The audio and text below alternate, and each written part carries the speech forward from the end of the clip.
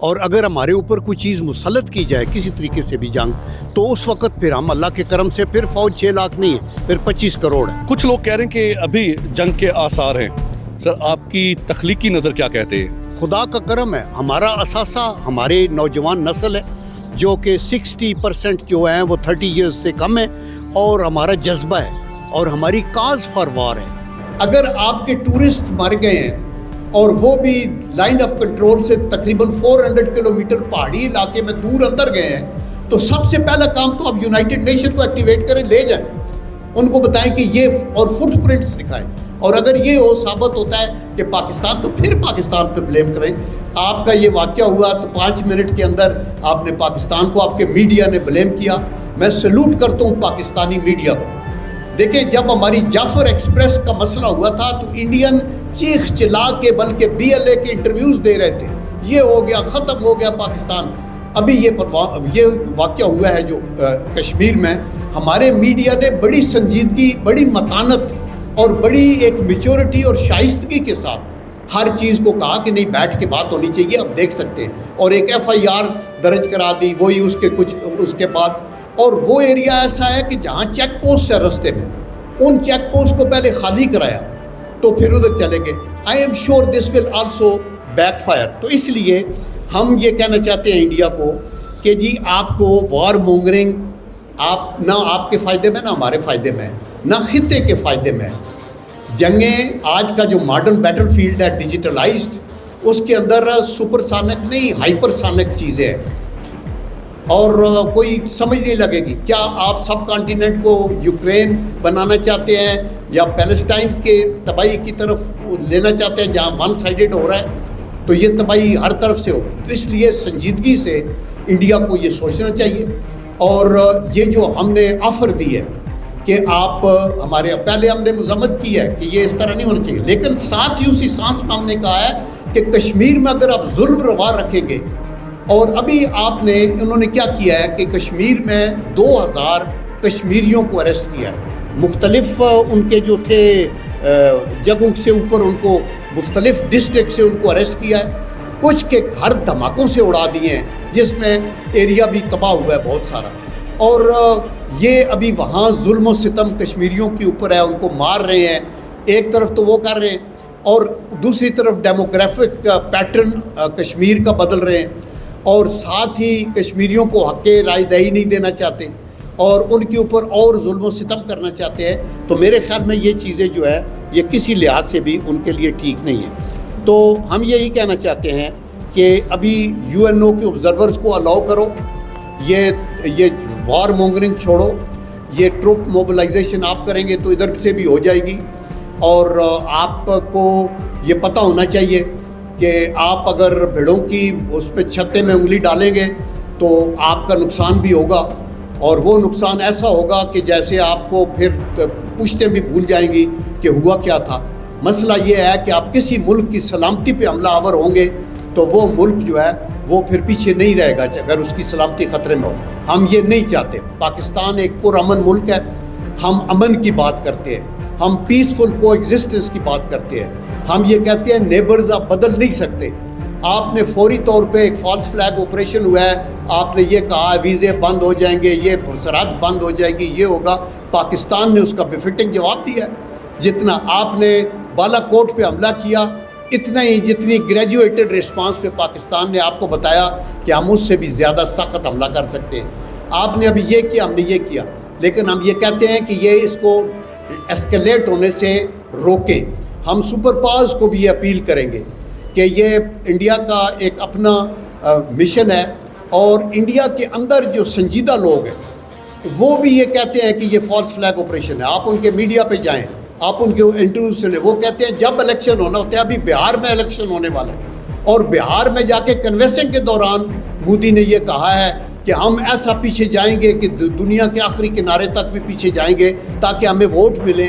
اور یہ اپنے ووٹ کے خاطر، اپنی ذات کی خاطر آپ کروڑوں بلکہ اربوں لوگوں کی زندگیوں کو داؤ پہ لگانا چاہتے ہیں۔ میرے خیال میں یہ ٹھیک نہیں ہے۔ ہم بین الاقوامی برادری کو بھی اپیل کریں گے کہ وہ آگے آئیں اور ان کو روکیں، اور پاکستان ہر لحاظ سے ساؤتھ ایشیا میں بھی امن چاہتا ہے، بین الاقوامی سطح کے اوپر بھی امن چاہتا ہے. تو میں اپنی اس گفتگو کے ساتھ یہی کہنا چاہتا ہوں کہ اس موقع کے اوپر ہماری ایکس سروس مین سوسائٹی جس کی تعداد رفلی 3.4 ملین ہے، جس کے اندر army, navy, air force, second line forces, civilian paid out of defence, سارے پینشنرز موجود ہیں. ہم سب حاضر ہیں. ہم نے اپنی سروسز آرم فورسز کی لیڈرشپ کو دی ہیں. ایئر فورس ہو، نیوی ہو یا آرمی ہو، ہمیں جہاں ڈیوٹی ملے گی، جو ہماری ایبل باڈیز ہیں بائی دی گریس آف اللہ، وہ آگے فرنٹ لائن پہ ہو، ہم ریڈی ہیں جانے کے لیے. وہ لاجسٹکس میں ہو، وہ ہاسپٹلز میں ہماری بہنیں جو لیڈی ڈاکٹرز ہیں ان کے لیے ہے. مشکل وقت میں آپ کو یقین دلاتا ہوں کہ یہ 34 لاکھ ایکس سروس مین ہی نہیں بلکہ انڈیا کا مقابلہ 25 کروڑ عوام کے ساتھ ہوگا. پاکستان میں جو دہشت گردی کی لہر ہے، آپ سب جانتے ہیں کہ اس کے پیچھے یہ ہمارا ہمسایہ ملک ہے. اور وہ کہتے ہیں نا، الٹا چور کوتوال کو ڈانٹے. خود یہ ڈرامے بناتے ہیں. چاہے یہ ڈرامے آپ دیکھیں 1987 میں، جنوری 1987 میں انہوں نے براس ٹیک جب کیا، اس کے بعد 2001 یا 2 کا جو سٹینڈ آف تھا، 2008 کا جو سٹینڈ آف تھا، اس کے بعد کے بھی جو واقعات ہیں یہ اسٹیٹ مینجڈ ہیں. پاکستان ایک پرامن ملک ہے. وہ سالمیت اور امن اور بھائی چارے کی پالیسی پہ چلتا ہے. لیکن اس کا ہرگز مطلب یہ نہیں ہے کہ ہم کسی کے ناجائز دھونس یا دھاندلی کے آگے جھک جائیں گے. اللہ کے فضل سے میں آپ کو یہ یقین دلاتا ہوں کہ پاکستانی افواج مکمل طور پر تیار بھی ہیں، مکمل طور پر کیپیبل بھی ہیں. اللہ کے فضل و کرم سے ہر قسم کی جارحیت دشمن کوشش کر لے، اور اس افواج پاکستان کے عزم کے ساتھ ہمارے یہ جو اوور 3 ملین ایکس سروس مین ہیں، یہ ان کے شانہ بشانہ ساتھ کھڑے ہیں. اور میں چونکہ ابھی ریٹائرڈ ہوں، سویلین لوگوں کے ساتھ رہتا ہوں، تو ہمارے جو پاکستانی عوام ہیں وہ بھی اپنی مسلح افواج کے ساتھ کھڑے ہوئے ہیں. اور اس یکجہتی میں کوئی سیاسی تفریق نہیں ہے. ہر آدمی سمجھتا ہے کہ پاکستان کی سالمیت پاکستان کی فوج کی مضبوطی ہے. اور انشاءاللہ اس میں آپ دیکھیں گے کہ ہم کسی قسم کی قربانی سے دریغ نہیں کریں گے. السلام علیکم پاکستان، میں ہوں وسیم ہاشمی. آپ دیکھ رہے ہیں نیوز الرٹ. نہ سمجھو گے تو مٹ جاؤ گے ہندوستان والو، تمہاری داستان تک نہ ہوگی داستانوں میں. میں اس وقت موجود ہوں راولپنڈی پریس کلب میں. پاکستان ایکس سروس مین سوسائٹی کی آج ایک پریس کانفرنس ہوئی. میرے ساتھ موجود ہیں تمام کابینہ. جناب عزت مآب لیفٹیننٹ جنرل ریٹائرڈ عبدالقیوم ملک صاحب. کچھ لوگ کہہ رہے ہیں کہ ابھی جنگ کے آثار ہیں. سر، آپ کی تخلیقی نظر کیا کہتے ہیں؟ دیکھیں، جنگ کو پریڈکٹ کرنا بڑا مشکل ہو جاتا ہے کہ یہ ہوگا یا نہیں. It depends on individuals. اگر بہت ہی کچھ سر پھرا انسان ہوگا تو آپ نے دیکھا کہ ہٹلر نے بھی شروع کر دیا تھا، نپولینک وار ہوتی رہی. ابھی مودی بھی ایک ہٹلر ہے، آئی کین ایشور یو کہ وہ اور دوسرا ان کو اگر شہ پیچھے ہنود و یہود کی پوری ہو اور امریکہ بھی سر پہ ہاتھ رکھ لے گا تو غلطی تو ہو سکتی ہے. تو دیر فور ہم جنگ نہیں چاہتے، ہم امن چاہتے ہیں. ہم پیسفل کنٹری ہیں. ہمارا جتنا اسلحہ، گولہ بارود، جتنی ہماری طاقت ہے وہ ڈیفنس کے لیے. لیکن ہم اپنی سلامتی کی حفاظت جانتے ہیں، اور اگر ہمارے اوپر کوئی چیز مسلط کی جائے کسی طریقے سے بھی جنگ، تو اس وقت پھر ہم اللہ کے کرم سے پھر فوج 6 لاکھ نہیں ہے، پھر 25 کروڑ ہے. اور کچھ دیوانے یہ کہتے ہیں کہ پاکستان صرف 17 دن جنگ کرنے کا متحمل ہو سکتا ہے، کیونکہ پاکستان کے جو اثاثے ہیں وہ $3 ارب ہیں اور ہندوستان کے $350 ارب ہیں.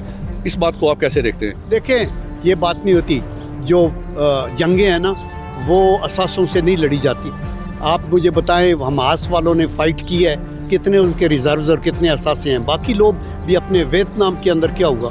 خدا کا کرم ہے، ہمارا اثاثہ ہمارے نوجوان نسل ہے جو کہ 60% جو ہیں وہ 30 ایئرز سے کم ہے، اور ہمارا جذبہ ہے اور ہماری کاز فار وار ہے. دیکھیں نا، جو مین چیز ہوتی ہے وہ کاز فار وار ہے کہ جنگ کیوں لڑی جائے. وہ ہمارا نظریہ ہے، وہ آئیڈیالوجی ہے. وہ ہم دیکھتے ہیں انڈیا کے اندر مسلمانوں کے ساتھ کیا ہو رہا ہے، کشمیر میں کشمیری ہماری بہنوں بیٹیوں کے ساتھ کیا ہو رہا ہے. کیا ہم وہی چاہتے ہیں کہ وہ کریں؟ Last main last Bullet. اگر یہ اس طرح کر کے پاکستان کو کوئی مسمار کرنا چاہے گا تو ہم پوری قوت کے ساتھ پوری قوم کھڑی ہوگی. سر، تازہ ترین جو ڈیولپمنٹس ہیں وہ یہی ہیں کہ چونڈا اور سیالکوٹ کے محاذ پر ٹینکوں کی اس طرف سے آتے دیکھے گئے ہیں. اس پہ آپ کیا کہتے ہیں؟ دیکھیں یہ تو پھر آئی ایم شیور کہ ملٹری کے لوگ اس کی بریفنگ دے سکتے ہیں کہ کیا ہے ان کی اگر کوئی موومنٹ ہے تو آئی کین اشور یو کہ یہاں سے بھی اپنے طور کے اوپر انہوں نے اپنی تیاری پوری کی ہوگی اینڈ وی ہوپ اینڈ پرے کہ they don't make a blunder of crossing the border. Last time انہوں نے نارووال جسر برج کے پاس سے کراس کیا تھا نارووال شکر گڑھ کے ایریا میں اور چونڈا فلورا تک پہنچے اور اس کے بعد پھر ان کے ٹینک چھوڑتے اور بھاگتے نکل گئے اور اسی طرح لاہور میں بھی یہ ہوا. تو آئندہ بھی آپ کا ہمارے لوگ تو ٹل اینڈ اللہ کے کرم سے جان دینے والے. بہت شکریہ سر. ناظرین اکرام پلٹنا جھپٹنا جھپٹ کر پلٹنا لہو گرم رکھنے کا ہے ایک بہانہ. افواج پاکستان زندہ باد. پاکستان زندہ باد.